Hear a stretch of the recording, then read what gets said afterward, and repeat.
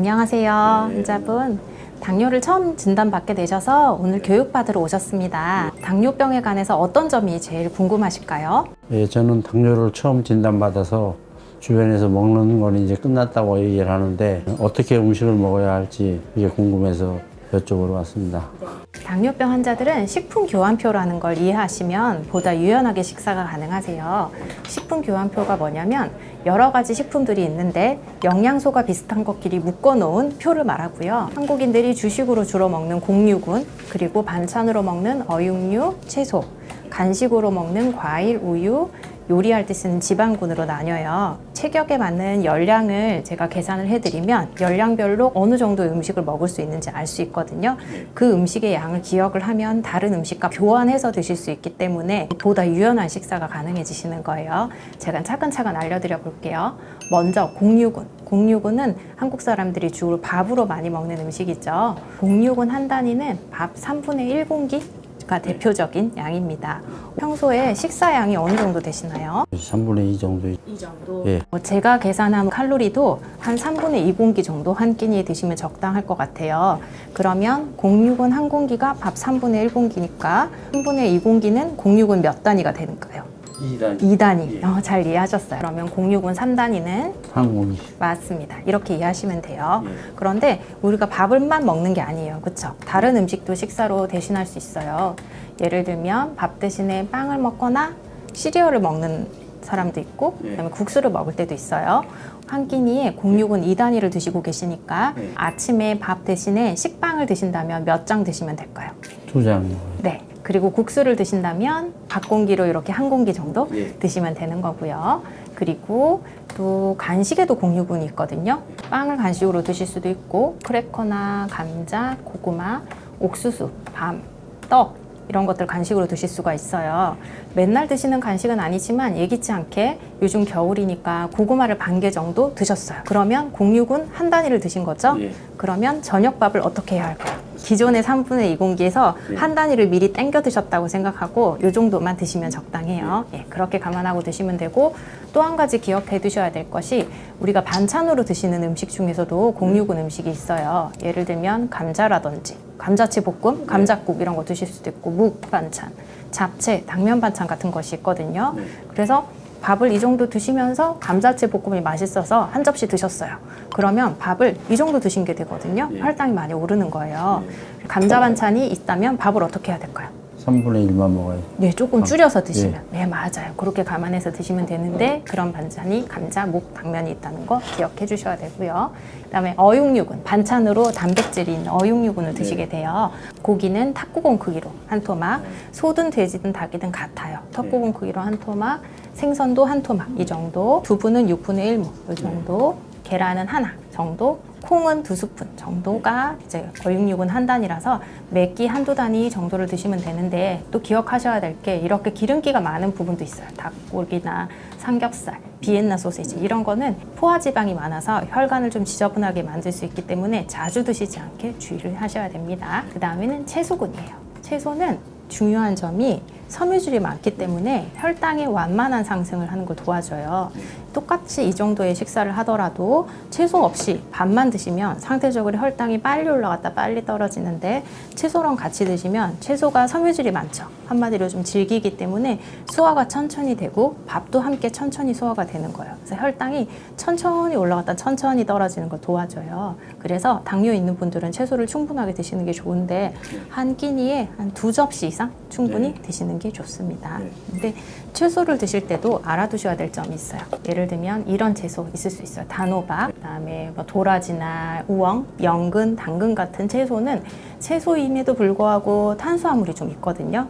그래서 너무 마음 놓고 많이 드시면 혈당이 조금 오르실 수 있어요. 그래서 조금 몇 번 드시는 건 괜찮지만 보통 채소찬들처럼 많이 드시지는 않도록 주의를 하는 게 필요하고요. 그 다음은 지방군이에요. 지방은 우리가 요리에 넣는 이런 기름들을 말하는데, 앞에 이런 곡류군처럼 단위수를 재서 이렇게 계량해서 드실 필요는 없지만 기름을 많이 먹게 되면 아무래도 체중도 늘 수 있고, 그다음에 기름은 소화가 천천히 돼서 혈당을 좀 천천히 떨어뜨리기 때문에 많이는 드시지 않는 게 좋아요. 그래서 예를 들면 튀김이나 부채, 전처럼 기름이 많이 들어가는 요리보다는 담백한 요리. 예를 들면 나물을 무칠 때 참기름 들기름을 넣는 정도, 그냥 이제 후라이팬에 이렇게 한번 기름을 두르고 계란 후라이를 굽는 정도, 그 정도로 이용을 하시는 게 적당하고요.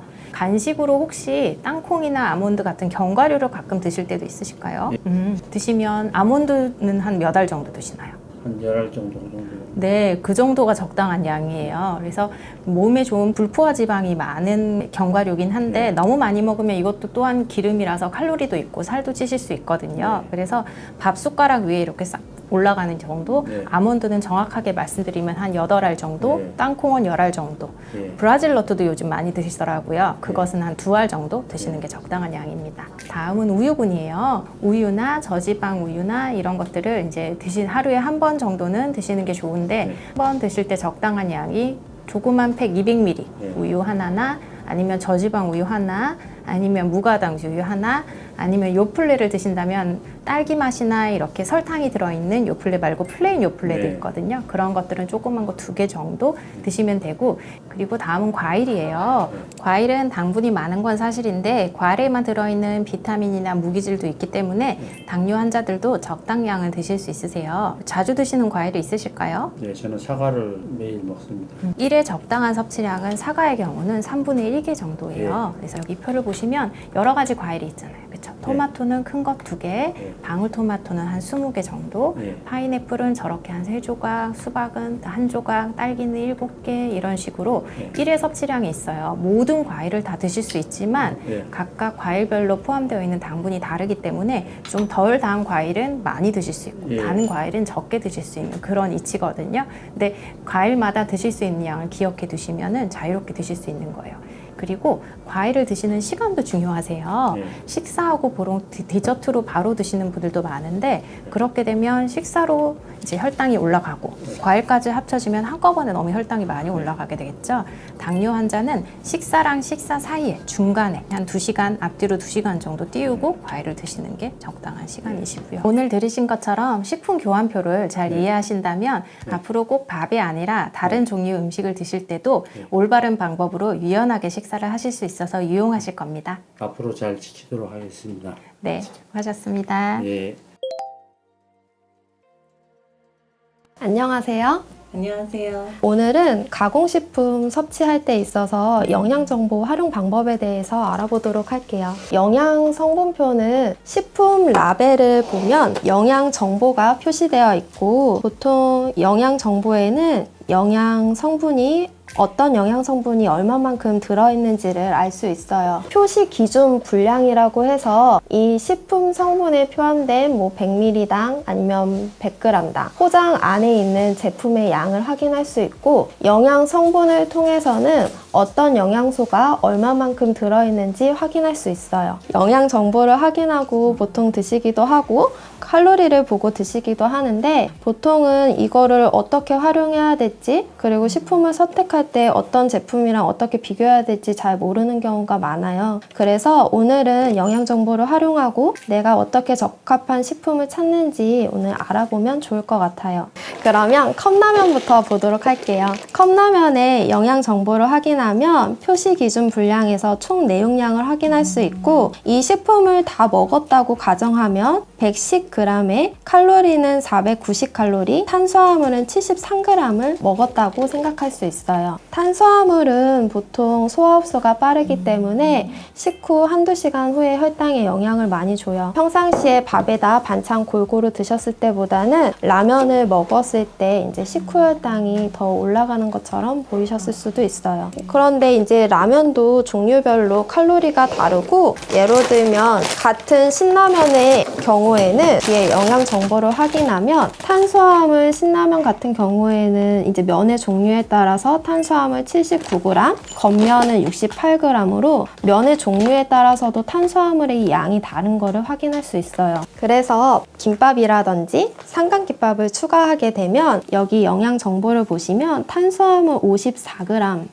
으로 되어 있고, 그 다음에 삼각김밥 같은 경우에는 탄수화물 24g, 여기는 탄수화물이 45g 정도 들어있는 걸로 확인할 수 있어요. 그래서 라면을 드실 때에도 사이즈별로 있고, 김밥이나 삼각김밥을 선택할 때에도 탄수화물의 양을 확인하고 추가로 드신다면 내가 평소 드시던 밥량에 맞춰서 드시기에 더 수월하실 거예요. 가끔은 제가 식사를 안 하고 과자나 우유, 두유 같은 경우를 먹는 경우도 있거든요. 이렇게 먹게 되면은 어떻게 되는 거예요? 예로 들면은 균형 식사에 가깝게 식사하시는 게 혈당 관리에 더 도움이 되지만, 그게 어려운 상황이라고 한다면 제일 먼저 추천해드리고 싶은 건 영양 성분이 균일한 우유고요. 우유에는 보통 탄수화물, 단백질, 지방이 골고루 들어가 있기 때문에 식사 대용으로 우유나 두유를 드시기에 적합하다고 보실 수 있어요. 이런 우유에도 당류가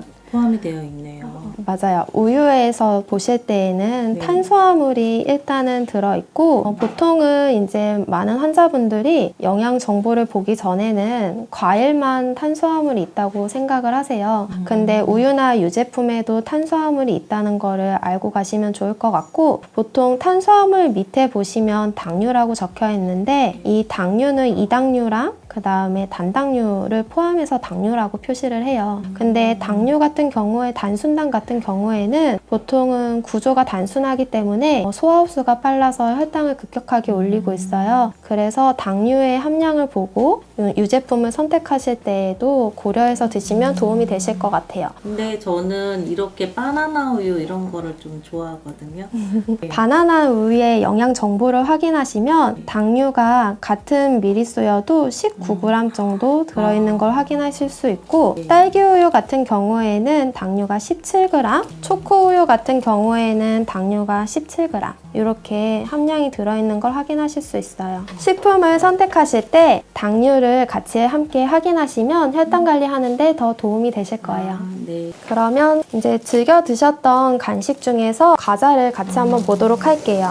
새우깡에 한번 영양 정보를 확인해 볼까요? 새우깡 같은 경우에는 총 내용량을 먼저 확인하시고, 이 한 봉지를 다 먹었을 때 90g, 465칼로리에 탄수화물 54g을 섭취한 거예요. 보통은 밥 먹을 때보다 과자 한 봉지 먹기가 더 쉽잖아요. 네. 그래서 밥에 비해서는 탄수화물의 양이 많기 때문에 혈당을 더 올릴 수 있어요. 앞으로는 이런 거를 좀 꼼꼼히 따져가면서 적당량을 먹어야 될 것 같아요. 그래서 가공식품을 드실 때에는 영양 정보를 확인하시고, 나한테 맞는 적당한 양은 밥 양을 기준으로, 간식은 보통 흰 우유의 탄수화물의 양과 당류를 확인하시고, 네. 우유를 기준으로 해서 드시면 혈당 관리 하시는데 더 도움이 되실 거예요. 안녕하세요. 안녕하세요.